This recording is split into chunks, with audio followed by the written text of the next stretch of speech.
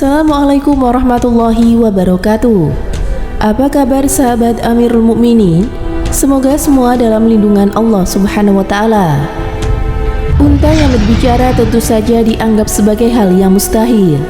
Namun berkat mukjizat Rasulullah yang diberikan Allah Subhanahu wa taala, seekor unta dapat berbicara dan memberikan kesaksian. Tidak ada yang tidak mungkin jika Allah Subhanahu wa taala sudah berkehendak. Dialah yang maha mengatur seluruh makhluk ciptaannya. Kebesaran Allah Subhanahu wa taala ditunjukkan lewat sebuah kisah yang diabadikan di dalam buku 115 kisah menakjubkan dalam kehidupan Rasulullah sallallahu alaihi wasallam oleh Fuad Abdurrahman, yang diceritakan tentang seekor unta yang dapat berbicara. Kesaksian palsu dari segerombolan pencuri. Suatu hari, seorang Yahudi menemui Rasulullah sallallahu alaihi wasallam dengan maksud mengadukan bahwa seorang muslim telah mencuri unta miliknya. Demi melancarkan aksinya, orang itu turut membawa 4 orang saksi yang sebenarnya adalah saksi palsu. Melihat adanya pengakuan dari 4 orang saksi itu, Rasulullah kemudian memutuskan untuk menyerahkan unta tersebut kepada Yahudi.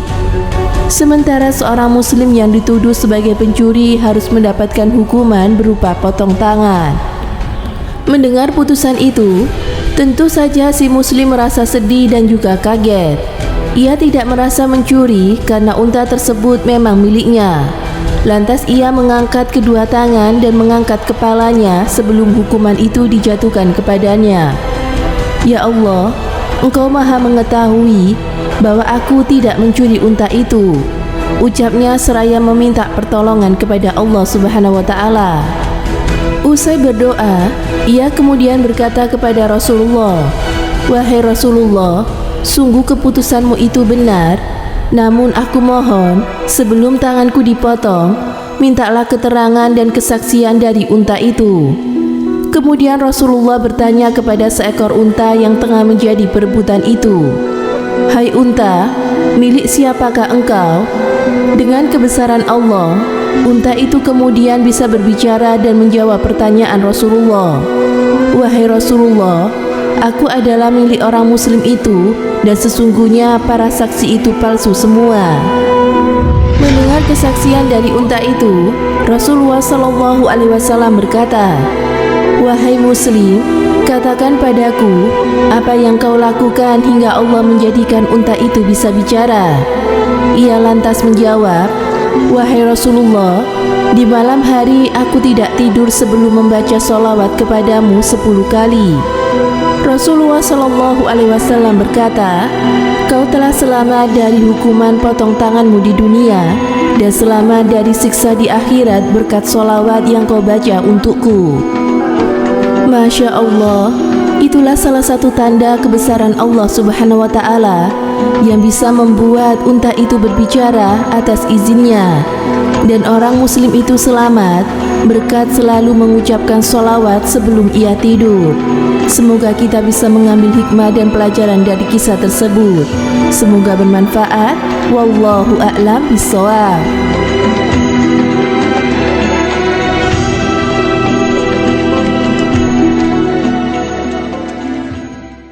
Assalamualaikum warahmatullahi wabarakatuh. Pemirsa Amirul Mukminin yang dirahmati Allah Subhanahu wa taala. Tiap nabi dan rasul yang diutus Allah memiliki mukjizat atau keistimewaan sebagai bukti atas kenabian dan kerasulannya. Tak terkecuali Nabi Muhammad SAW yang merupakan penutup para nabi dan rasul. Banyak mukjizat Nabi Muhammad SAW yang diberikan Allah Subhanahu wa taala. Dari sekian banyak mukjizat tersebut, yang paling istimewa adalah kitab suci Al-Quranul Karim. Tidak ada satupun yang bisa menandingi kata maupun isi kandungan Al-Quran. Dan mukjizat Nabi Muhammad SAW itu sangat banyak sekali. Para ulama mengumpulkannya dari mulai yang kecil sampai yang terbesar. Ada 3.000 mukjizat Nabi Muhammad lebih. Dan kali ini saya akan menyebutkan mukjizat Nabi Muhammad dalam hadis maupun di dalam Al-Quran. Yang pertama adalah Al-Quranul Karim atau kitab suci Al-Quran. Yang kedua Isra Mi'raj. Yang ketiga membelah bulan. Keempat dapat mengeluarkan air dari jemari beliau saat peperangan. Mengobati sakit mata Ali bin Abi Thalib dalam perang Khaybar. Minuman dan makanan menjadi banyak atau berkah setelah didoakan Nabi Muhammad. Pohon-pohon berjalan ke arah beliau dan menyatakan keislamannya. Bisa mengetahui hati musuh yang berniat jelek kepada beliau. 9 tubuh bisa memancarkan petir saat darurat ketika beliau perang.